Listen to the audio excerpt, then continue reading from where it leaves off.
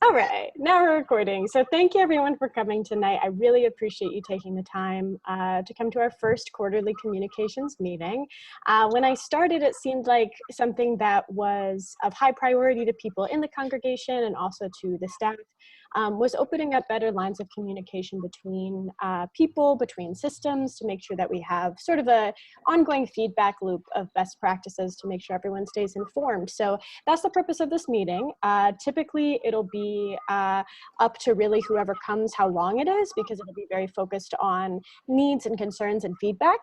Today, we're going to start with a short presentation just to sort of go over what communications looks like at UUCA and do some introductions, because I've been getting to know people and getting to talk to people, but yes, Unitarians do like to talk. I've definitely learned that. No kidding. But I still am getting to know people, and I want to know all of you. So I want to spend a moment to make sure that I'm, remembering names and getting to know who you are and what you're representing. So we'll go ahead and share this screen. I want t-shirts from this year that say, mute yourself, and I'm going to share my screen. Yes. They're the catchphrases. Like mute yourself. Yes. All right. So welcome to the quarterly communications meeting. Like I said, normally it'll be mostly about congregant leaders' concerns and needs, but today we're going to start with a short presentation just so we can get to know each other and start off on the right foot. So our agenda for this evening, we're going to spend some time doing introductions so I can get to know all of you and try to remember all the names in the groups.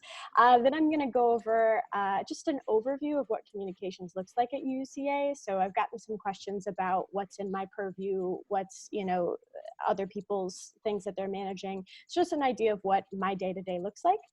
A review of our current procedures, so how things are currently working to make everything as smooth and easy for everyone as possible. And then we'll go into feedback. So feedback on procedures, things that we're currently doing that you think could be maybe work a different way that would be better for you individually or your group that you represent, and then any group specific questions or concerns. So, if you're representing the climate action team, anything that's on your mind or something specific to the group that you're representing today. So that's what this evening is going to look like. First off, I'd love to do some introductions to try to remember people's names and who they're representing and what they are here for. So we're going to popcorn it around. You'll say your name, your pronouns, if you're representing a community group or committee, which group or committee that is. One thing about UUCA that brings you joy, and then you'll pass it to someone else. So just say somebody's name when you finish everything to keep it moving around to different members of the group. So I'll do my own introduction in a second, but I will ask Mary Callie to start us off, if you don't mind. Oh, hi. Yes, my name, Mary Callie Laxton, pronouns she, her. Representing a group, oh yes, the Inquirers, which I love dearly, as some of you may have guessed. And it's been a whole new thing since we went online, gosh, a year ago. It's been more different than you can imagine, than being under the roof. And I've had these wonderful, wonderful Inquirers facilitators who have been doing the Inquirers facilitators part of each presentation in the evening. I've been there some of the time. And then we have presenters like, let's say Jane. And they are so good, folks. Let me tell you, the guest speakers and the presenters at these meetings of Inquirers are so good. And so help me, I think they've gotten better over this past year. I don't know whether it's because they sat at home and worked on their presentation, but and I'm not alone in thinking that. And we had a wonderful time last week with Reverend Redbeard. And there's other things. It's such a joy to me to get to even be with these people and talk to them. And speaking of joy, one thing about UUCA that brings me joy, my goodness, well, it's what I've been talking about partly. It's the amazing people and your dedication, your work, your willingness your great commitment and love for this congregation. It is really inspiring to me.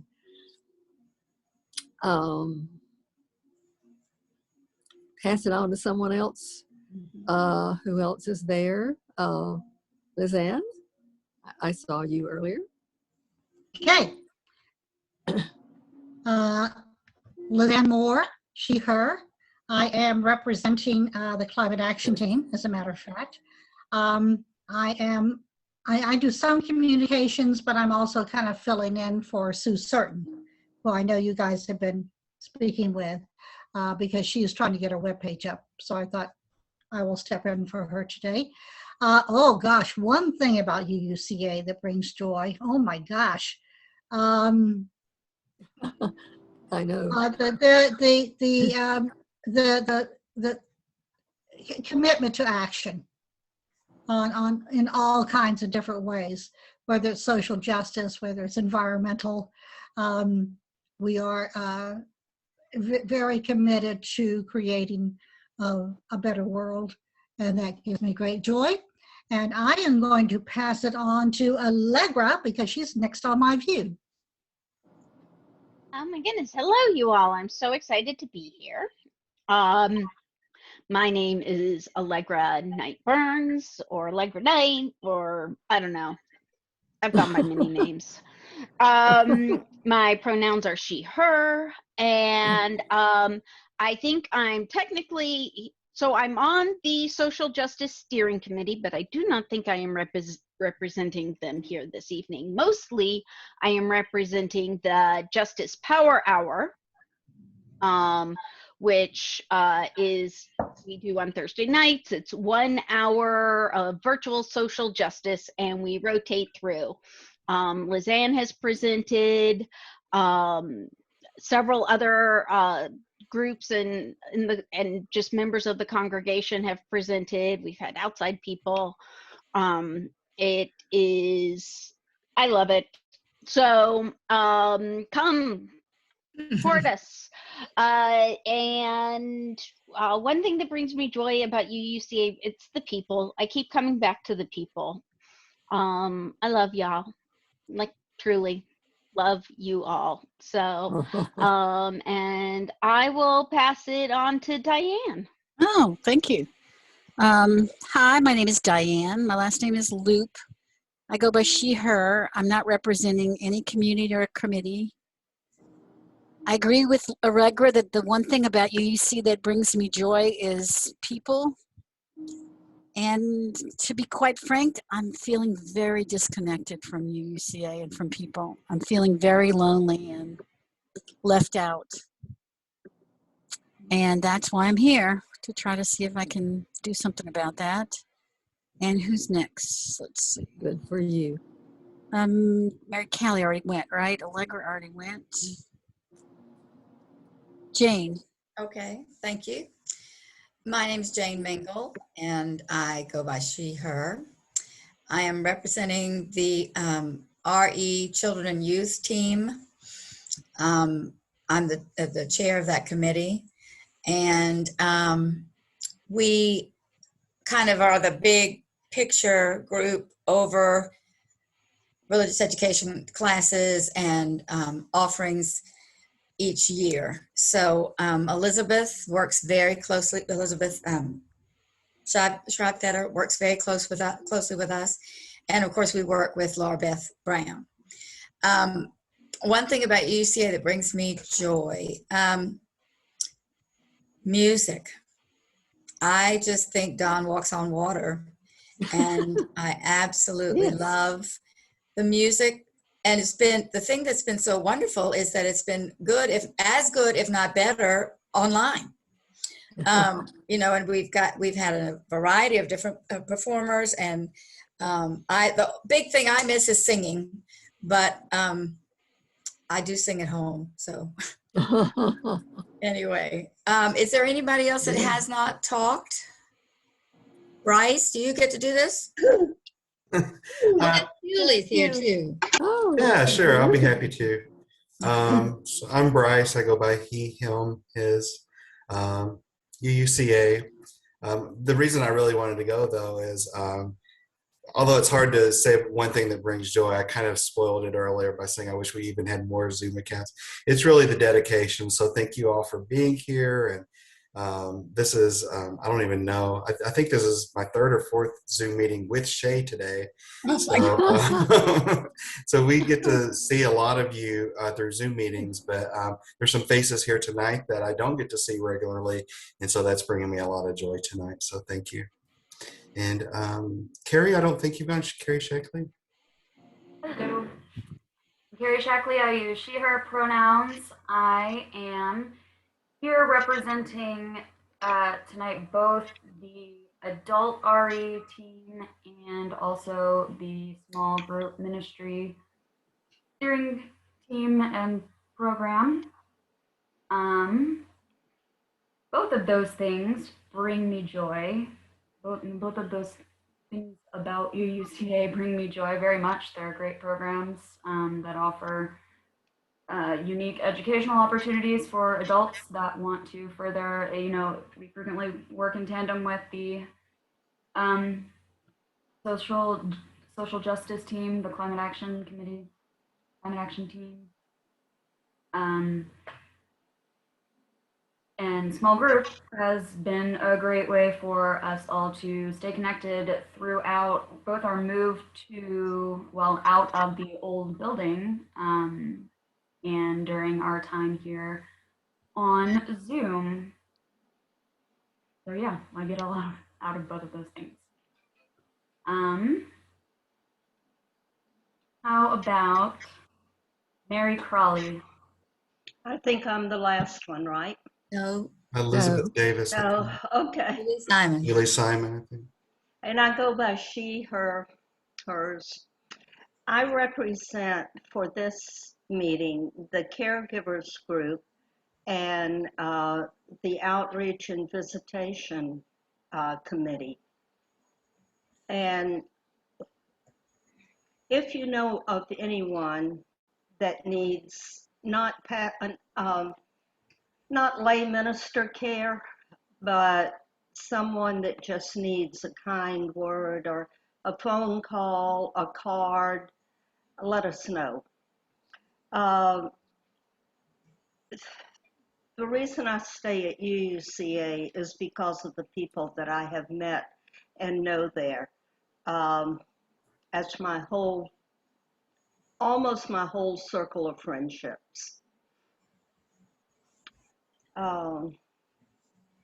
What was Sally's reason for being here?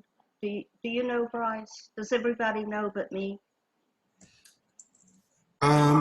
Actually, I wonder if Sally just popped meant to go to neighborhood circles and ended up with us. Okay. There are some neighborhood circles that exist. Oh, yeah. I've been trying for a year to get into a neighborhood circle, and I'm convinced nobody loves me. Oh. Nobody puts me into a neighborhood circle. Diane, you can join us. I have been a UU for decades, and I have never once been in a chalice circle. So you and me, we'll just have our I've own tried. thing. I've asked to be in a neighborhood circle. I've asked and asked and asked, and they keep saying, "Oh, we'll get back to you."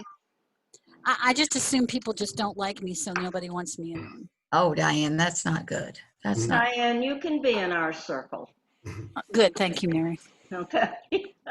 I'll tell Judy Shackley to put you on the list. Okay, thank you.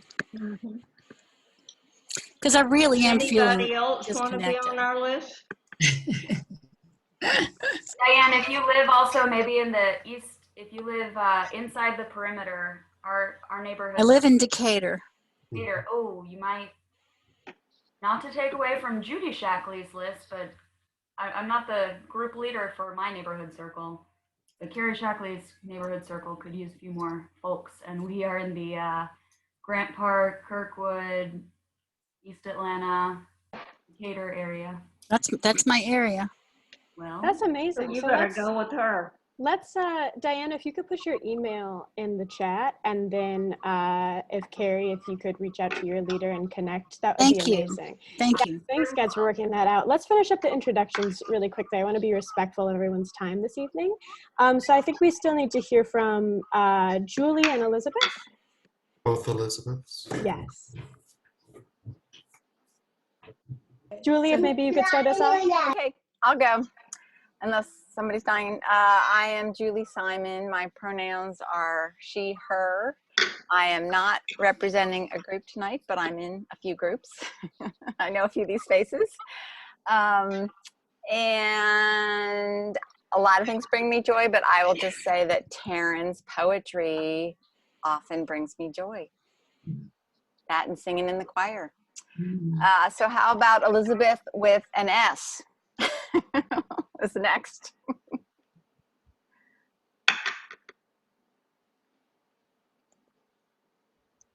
Where I is think she? she's occupied. Oh, there's Beautiful. she. Okay. Thank you, Elizabeth. Julie. I'm Elizabeth Schreibetter, and I go by she, her pronouns.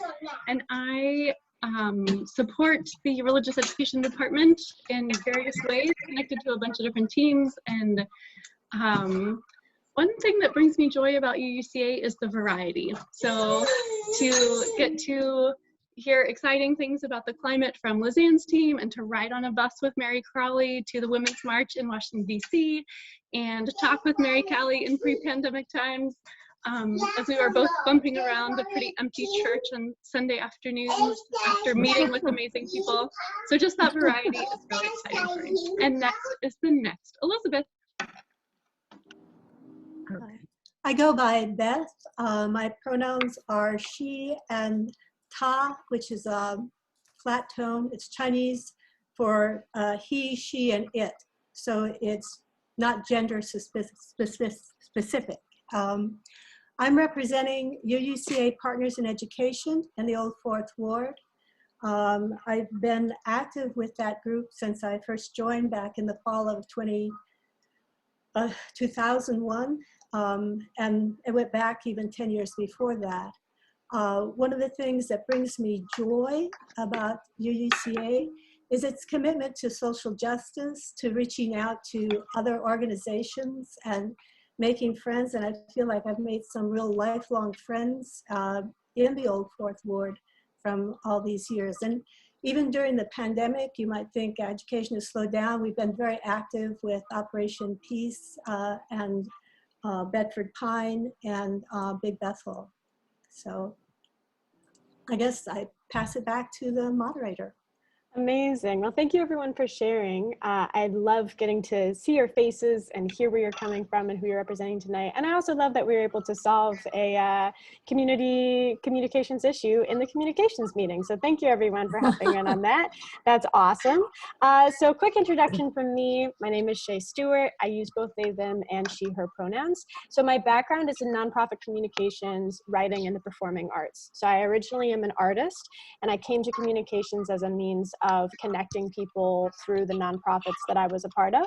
I'm really honored and excited to be a part of UUCA and to use these skills to be able to further connect UUCA internally and also externally. So you'll hear me sometimes use communication terms like branding, which I have written down here. I think it's important to know that I come at that from a nonprofit perspective. So I'm not trying to commodify UUCA.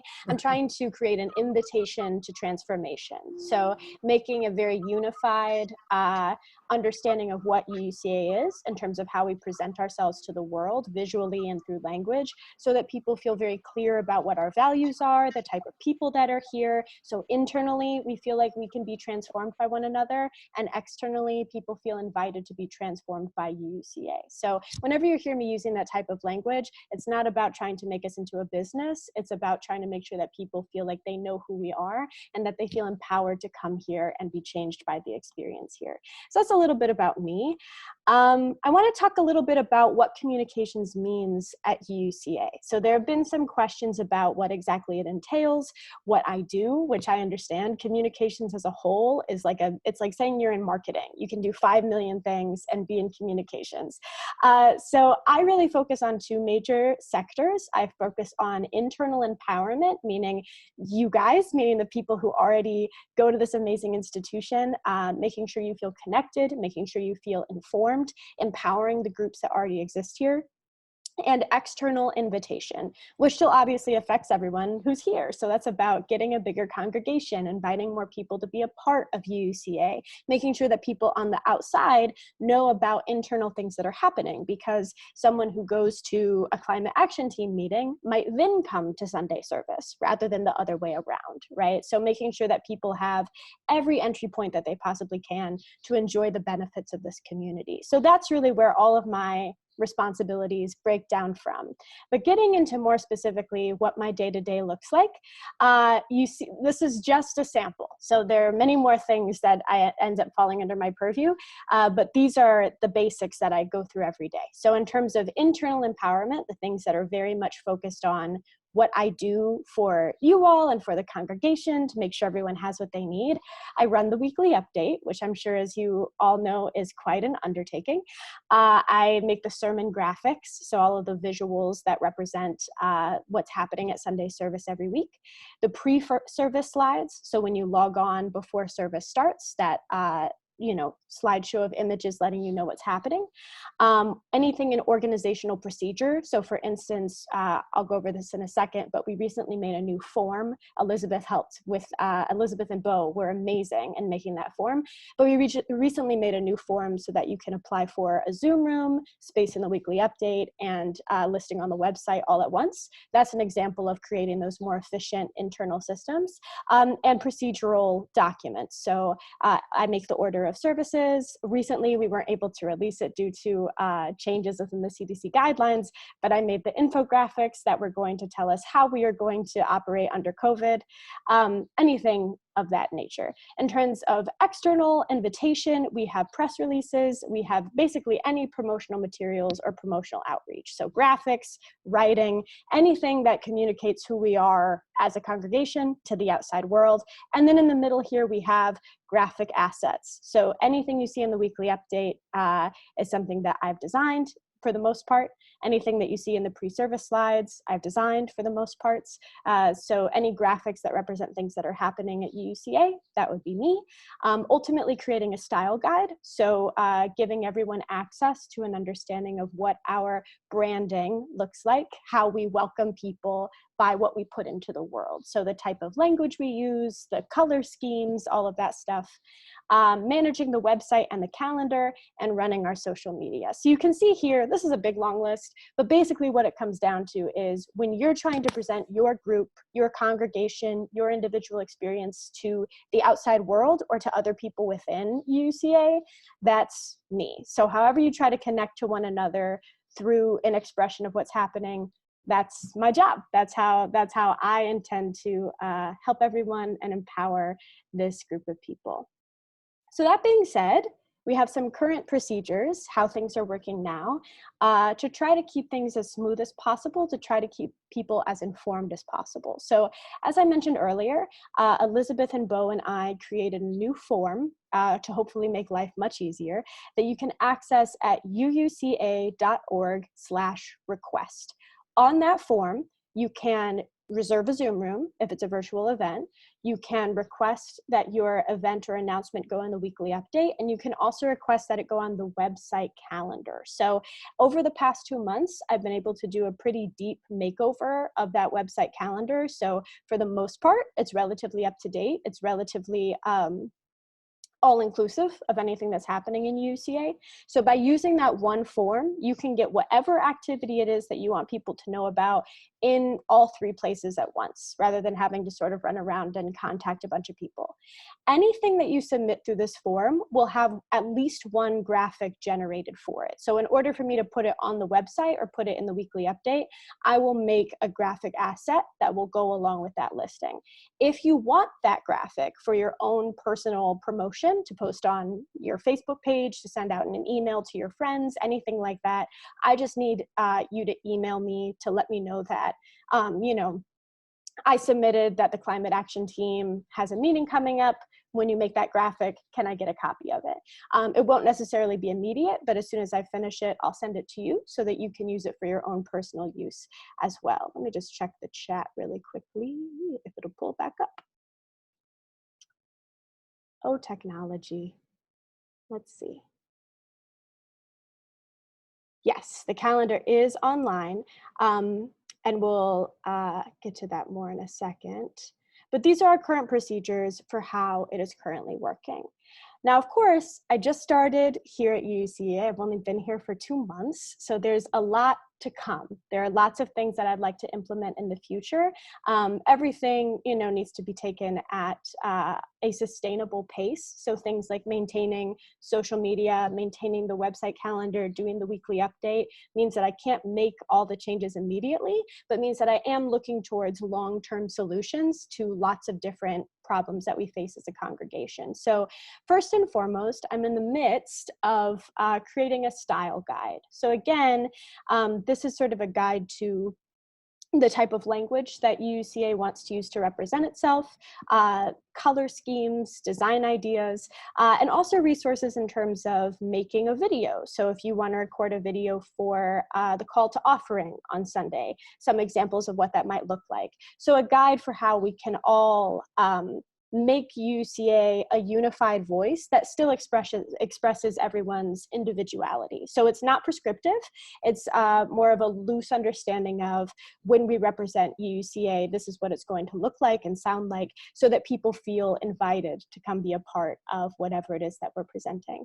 We're also looking at a pretty massive website reorganization. Right now, this is slated for June to September, but we know that things get busy and people get busy, and we have a lot going on here, so it might last longer than that. It might go through the fall.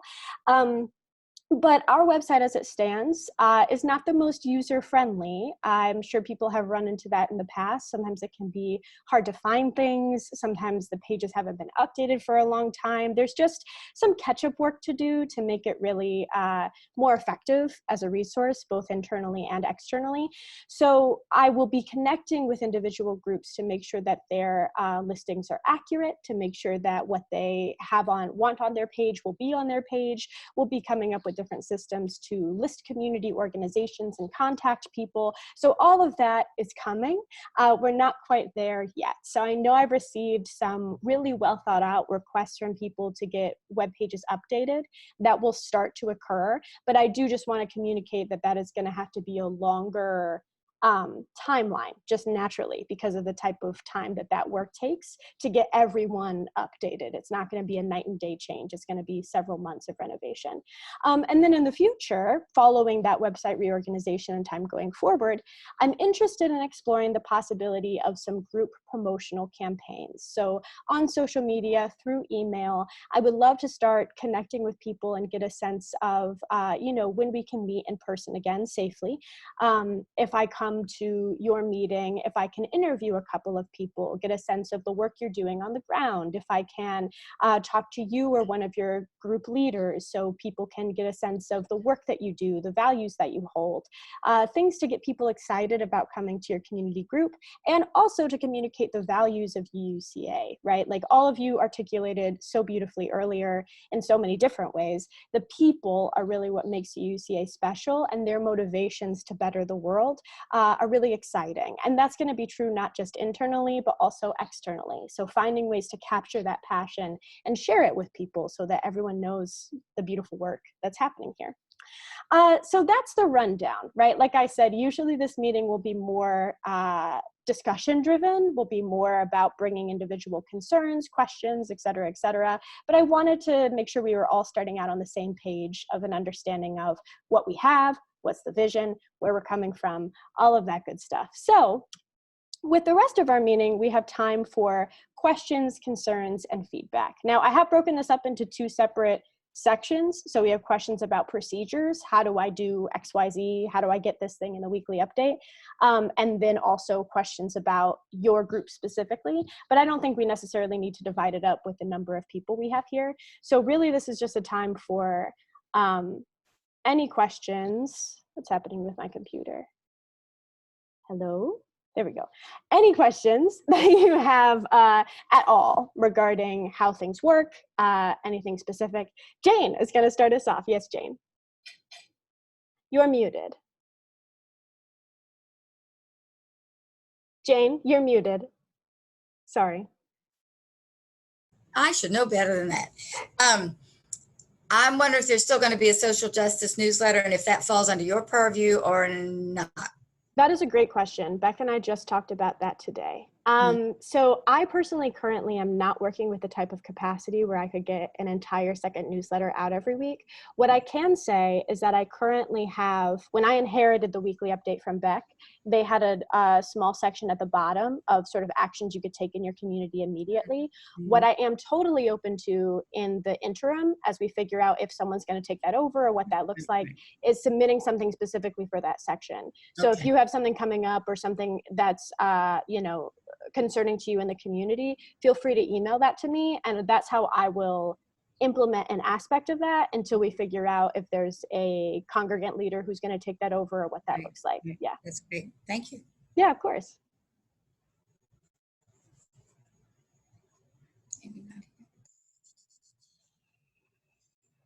Anything else? Any questions? Is this Yes. where we talk about internal communication between groups? Sure. Any concerns at all is what this is for. So we can absolutely.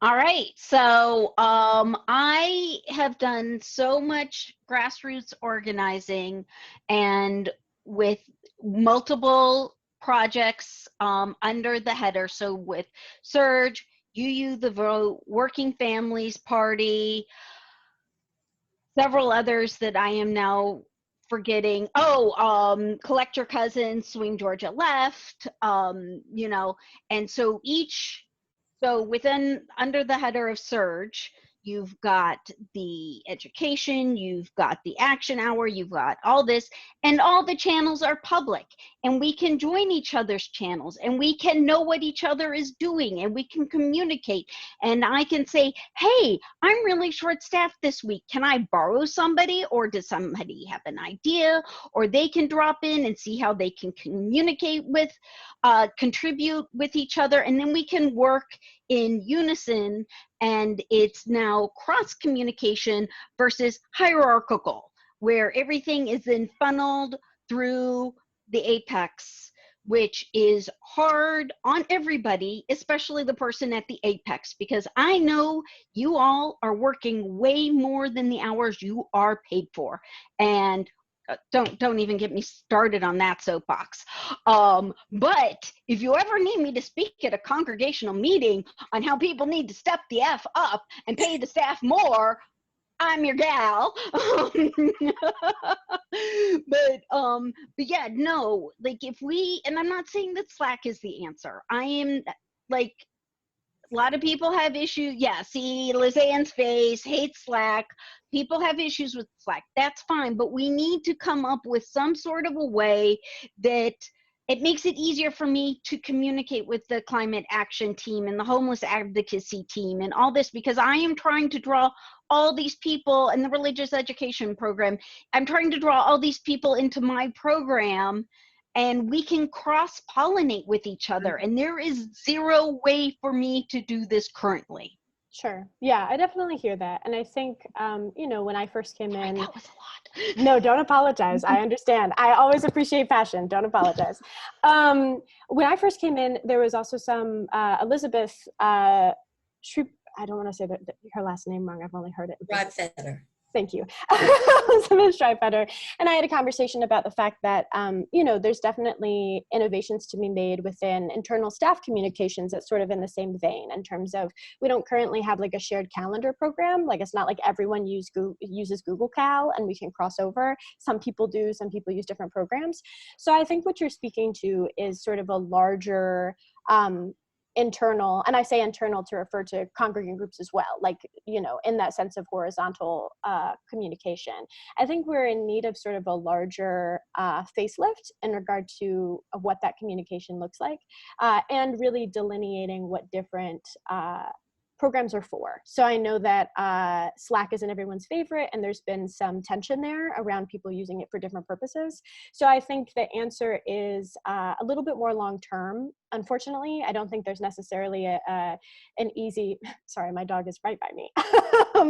I don't think there's necessarily an easy fix where it's like, oh, immediately tomorrow we can like open up these channels, or we can whatever to start that cross-pollination happening. I think it's more a matter of a long-term project of saying to ourselves, what does it look like if all the staff has Google calendars, and therefore congregants are also able to have better understandings of what's happening internally? And then what does it look like if we have channels in Google Chat? Like really deciding on a communication system that can solve multiple problems at once in terms of our intercommunication as a congregation and as a staff, and how they relate to one another. So I definitely hear that. I hear that as being a really present tension, especially because so many of our groups do overlap, right? Like Climate Action Team, it has a lot to do with issues of intersectional justice, right? And so that means that they might guest at a Justice Power Hour, and that means that several times. Thank you all. yes. So there's a lot of cross-pollinating happening, and I think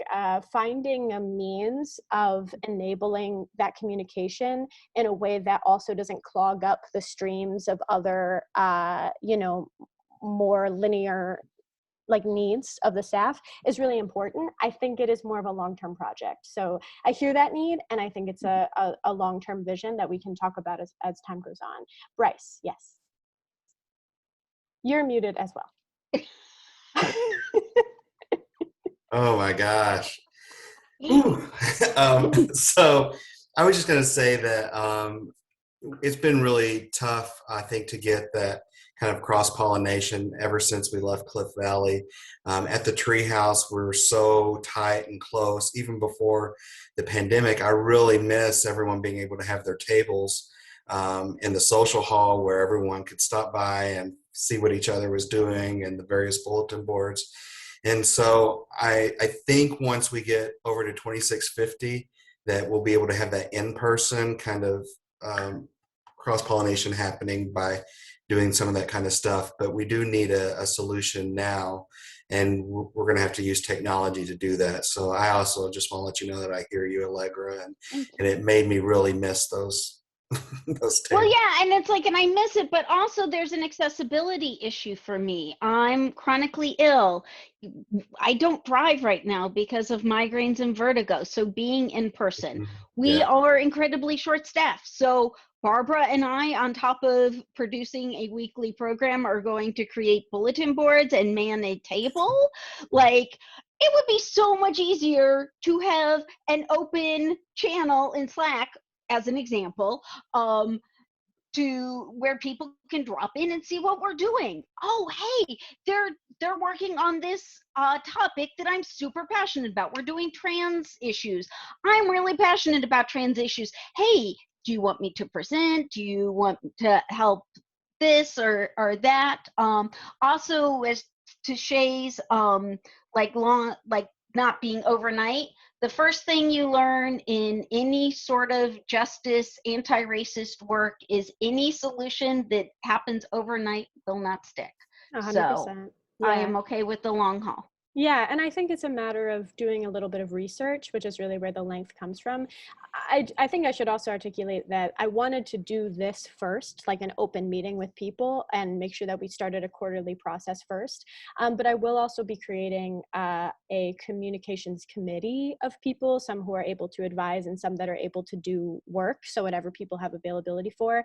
And I would love for a project with that group to be to research some different options, because essentially what you're speaking to, I think, is sort of like a hybrid, not social media, to be very clear, but a feed like social media in which you can see what's happening with different groups, but in a more sort of like professional lane sense. Yes, and Bryce, that's a great point about the website as well. ARE is extremely successful because they're getting their information on the website with lead time, a significant amount of time out. I think now that the calendar is more, it's updated and it's relevant, I think that is a means of starting at least communicating when things are happening and who's doing what. So I think finding a way to make that more well-known, maybe putting something in the weekly update about using the calendar to get a sense of what's happening, which will also draw back the length of the weekly update a little bit. Yeah, I think there's definitely some research to be done there. And there's nothing wrong with social media. I'm really proud of the progress that we've been able to make with social media over my first 2 months. I think Instagram and Twitter are up like 400% engagement. The issue is that we don't want to clog people's feeds, otherwise they unsubscribe. So we're really limited in how many posts we can make a day. So it's not possible for me to equitably promote all the groups all the time. So we just need more than one channel. Allegra, no, you guys are great. Justice Power Hour is also on the website and posted regularly. I think, yeah, we don't get the traction that ARE gets, though. Yes, and I'm interested in exploring that more, because I feel like there is something's not happening. Yeah, there should be broader appeal in terms of the age groups. I wonder if there's something that we could do in terms of communicating with, I know you mentioned like when we can do things in person, getting with colleges in the area, but I think there's some opportunity to do that now. Like I know some people at Agnes Scott, and maybe reaching out to some existing groups and saying, hey, like if you guys, even professors, and saying like if people want extra credit coming to like an event. I am already on that, and I'm talking to the Candler UUs. I'm a graduate of Candler from Emory University, so so talking with them. Somewhere I have a note of like possibly so as part of your MDiv MTS programming, you need to work like in some sort of a capacity, like an internship-y thing, and it was tossed out that we should get UUCA on that. And I mean, Duncan Teague came out of UUCA as an intern, as a title, some title. It was official sounding. Rain, I don't have words. So it's a great program, and like there's like that level of what Duncan did that's very official, but like maybe we could have some like less official thing that, and then that becomes like staff. Like I'm not authorized to go offer people. Right. Like, so there's some cross-pollination happening there too, between like sort of membership and like what would it look like if we had like a college internship program and communications. So yeah, there's definitely conversations to be had. I think these are all really good ideas to sort of not sit on as in not act on, but like keep, you know, in the long term channel to revisit in time. One thing I said, yes. I think I can speak a little bit to the traction of ARE versus the social justice stuff that you have going on. I think just that it is so long established from in-person stuff that occurred on Sundays right after social hour. So people were already used to it, used to seeking it out and knowing that it was an option and knowing it was something that they were frequently interested in attending. Our group that attends on Tuesday evenings is different, and we don't get the same sort of like drop-in necessarily that we used to, but people get weekly notifications about the ARE classes that they signed up for, even if you just signed up for one. We unfortunately aren't able to schedule them very far out in advance in all instances. But people, I mean, we were really specific, and I know you guys do like your Thursdays, and that was a specific time each week. But I think it's just the traction that we had previous to the Zoom era that has really kept it going. So we definitely want to continue to collaborate with you guys, because that, I mean, you're such a huge social justice stuff is such a huge part of of what we have done this past year. I mean, it was our main theme, and it's what people want, and working together to get that stuff done. So we are very open to that as well. I do know that, I don't know about recent statistics, but previously we got a lot more people signing up for Tuesday classes directly as a result of the weekly update, like that same day after it went out. We had the calendar, we haven't in any way been able to track as being something that has necessarily gotten people into the classes, but more of a thing that sometimes people who are already used to going to them want to go look and see what's happening, you know, like a month from now. Unfortunately, that can't always be available because, you know, we get speakers confirmed and things change, and especially now it's been such a dynamic time. But so the weekly up, and also there's definitely been correlation with how far up in the weekly update our information is and the response that we get to it. So it is a long update, and you know, people scroll through, and Yeah. Tune out. That's unfortunately Shay's battle to. Yeah. I will say that we saw a significant drop off once I stopped making Facebook events.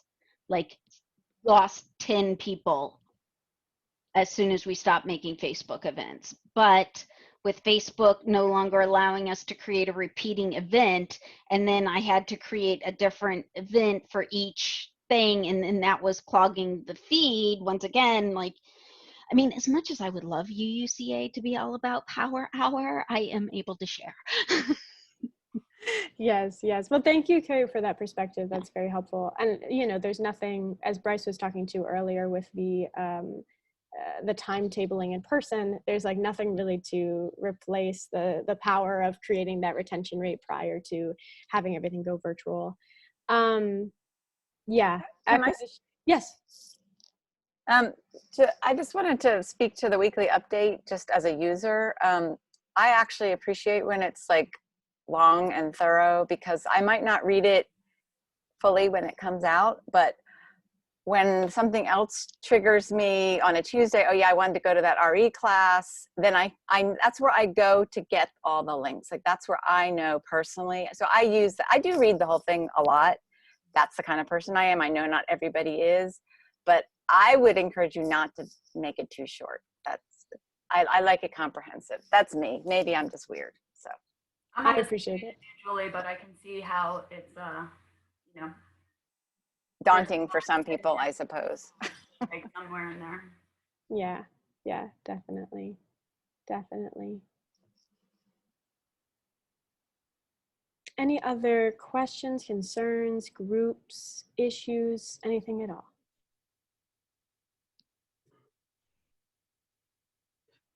Mary Kelly, you're muted.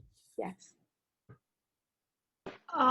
I was thinking, do y'all have any idea of when we are going to be back in the building, a building? So there was some discussion of that at the congregational meeting. Right now, because expectations keep changing, science keeps changing, I don't think there is a great understanding of when we'll be back, especially given the treehouse ventilation issues. I do know that we are allowing small groups to meet, particularly if you're vaccinated, but sort of leaving it up to the discretion of the people in charge to, you know, get unanimous consent of their group and make sure that they're employing best practices, whether it looks like outdoors and masked, or whether it looks like everyone's vaccinated and is comfortable bringing their vaccine cards and you meet inside. I know that we've discussed allowing groups, small groups, to meet in the treehouse by reservation, but that is still being determined in terms of what those practices look like and when that building would be open, because we haven't had it in the budget to have someone to be in the treehouse and unlocking the doors and, you know, making sure that everything is good. So there's still some discussion needed to be sure of when and if we can provide that resource. Who do I contact? About that specifically? Yeah. Yeah. Bryce? Yes, ma'am. Okay. I will send you an email. Okay. Love it. Mary Callie, did you have something as well? Well, am I unmuted? Mm-hmm. Yes. Oh, okay. well, before I say that, one thing is, as I listen to Shay, I feel more confident and solid and hopeful and so on. Anyway, as I'm listening to everyone about all the different areas and things of our congregation, I'm thinking of what I hear from the new people who come to us. I mean, I've heard a lot from a lot of people, and there's two things that always stand out. And one, you know, is like, what do you want? How did you find us? Why did you come here? And two things that stand out, and this will be no surprise, are they're looking for community, they're looking for connection. And the other thing is social justice. They really like our emphasis on social justice. And we try to provide both of those.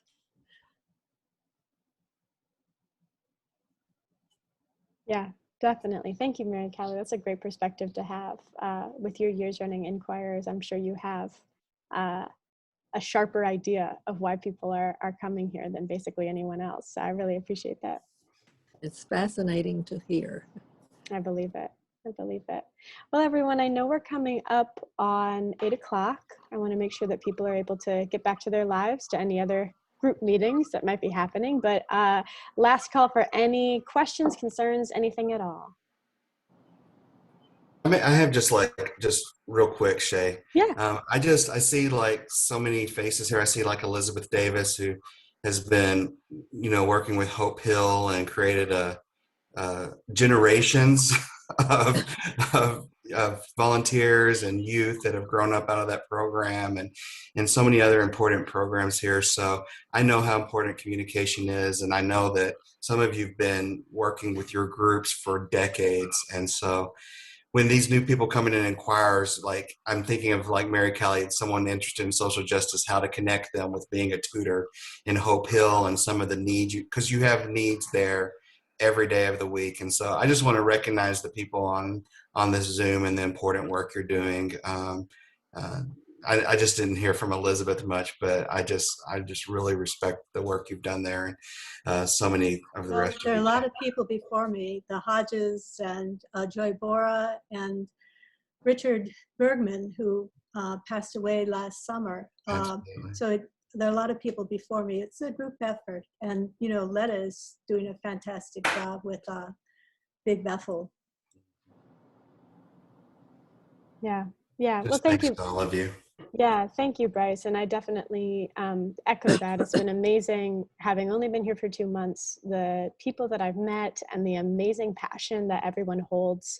It's very moving, and I feel very lucky to be here and to get to serve you all in whatever way I can. So thank you all for sharing your perspectives and for coming out tonight and sharing this time with us.